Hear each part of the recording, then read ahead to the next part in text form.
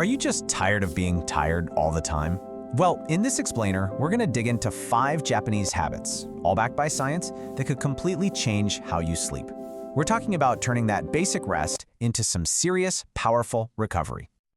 You know that feeling, right? You do everything you're supposed to. You get a full 8 hours, you skip that late afternoon coffee, you go to bed on time, and you still wake up feeling like you've been hit by a truck. Your eyes are open, but your brain is just foggy. You have to drag yourself out of bed, heading straight for the coffee machine. What is going on? Okay, so here's the crazy part.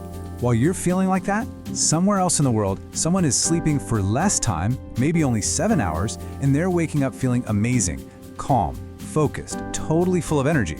How is that even possible? Less time in bed, but a completely different, way better result. What's their secret? All right, here's how we're gonna break it all down. We'll start with this sleep paradox. Then we'll get into why quality beats quantity every time. We'll talk about your body's thermostat, finding your natural rhythm, and the big one, how to unplug to really recharge. Let's dive in. So, that first secret? It's not some complicated trick. It's actually a complete shift in how you think about sleep. It's all about focusing on the quality of your rest, not just the number of hours you're unconscious. I mean, think about it. We live in this hustle culture, right? Where people almost brag about how little sleep they get. It's like a weird badge of honor. But in Japan, it's the total opposite. Sleep isn't seen as being lazy, it's treated like a discipline.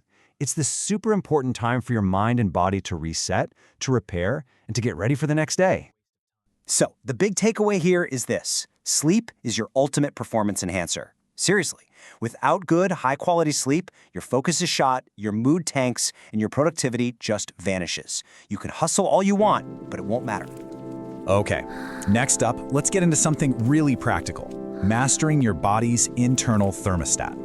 This is absolutely key if you want that deep, restorative sleep we're all after. And our first habit here might sound almost too simple, but trust me, it's a game changer. Here it is. To get into that deep, restorative sleep, your brain literally has to cool down, physically. The science behind this is actually pretty fascinating.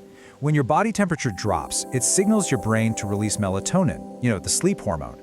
Your heart rate slows down, your muscles relax, and your body can finally start its nightly repair work. And the ideal temperature to make all this magic happen is right there, between 15 and 18 degrees Celsius. The sleep expert Dr. Matthew Walker puts it perfectly. He says, a cool bedroom is like a direct invitation for your brain to shut down and rest deeply. It's not just about being comfortable. So maybe tonight, try cracking a window or just turning that thermostat down a few notches. All right, let's take that idea and build on it with our second habit. This is a famous Japanese ritual called afuro, and it's so much more than just getting clean. It's a clever way to basically hack your body temperature to make you sleepy. So here's how it works. About an hour or two before you want to sleep, you take a nice hot bath. This makes your core body temperature go up. Then, you get out of that warmth and step into your cool bedroom. What happens next is a rapid drop in your body temp, and that sends this huge signal to your brain that says, hey, it's time to sleep. It's a really natural way to ease into deep rest, not force it. Okay, moving on. The next 2 habits are all about changing how we think about being tired. It's about learning to work with our body's natural rhythms instead of constantly fighting against them. And this brings us to another huge mindset shift. Just think about this for a second. What if being tired wasn't something you had to hide or feel ashamed of? What if it was actually something to be respected? I mean, for a lot of us, if someone says, wow, you look tired, it kind of stings, right? It feels like an insult, like a sign of weakness. But in Japan, that same comment can actually be a compliment. It's like saying, I can see you've worked really hard. Your tiredness is proof that your effort mattered. It's not a weakness, it's just a signal from your body saying, okay, you've done enough, time to rest. And this respect for being tired leads us right into our 4th habit, which is called inemuri. It translates to something like sleeping while present. It's this incredible practice of taking short little naps during the day, even at your desk at work. And it's not seen as being lazy at all. It's seen as a sign that you've been working so hard you need a quick reset. And of course, the science totally backs this up. A short nap, right around 20 minutes, is the absolute sweet spot.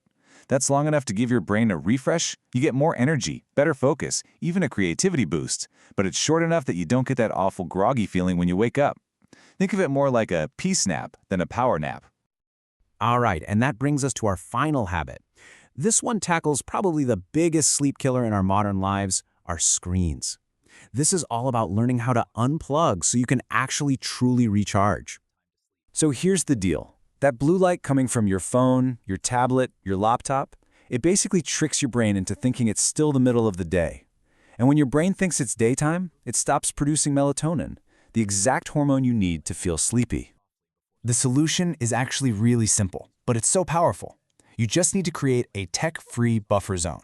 For at least an hour before bed, put the screens away. Pick up a book, do some light stretching, journal a little, or hey, even just sit in silence.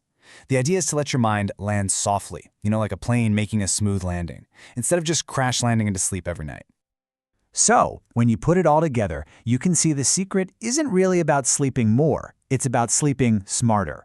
It's about making the hours you do have way more effective. So, let's do a quick recap of the 5 ways to sleep smarter. First, cool your room. Second, try that warm bath trick.